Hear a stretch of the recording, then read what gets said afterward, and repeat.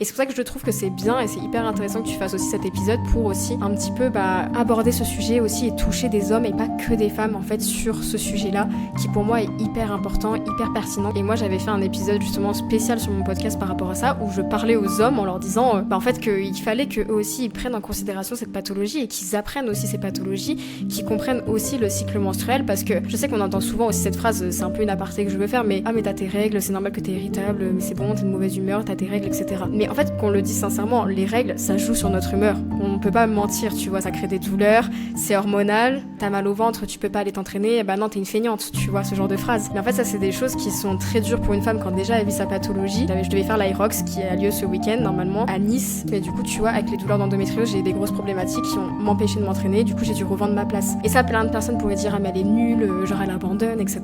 Donc moi c'est pas mon caractère, j'écoute mon corps et j'en pouvais plus, donc je suis pas quelqu'un qui abandonne.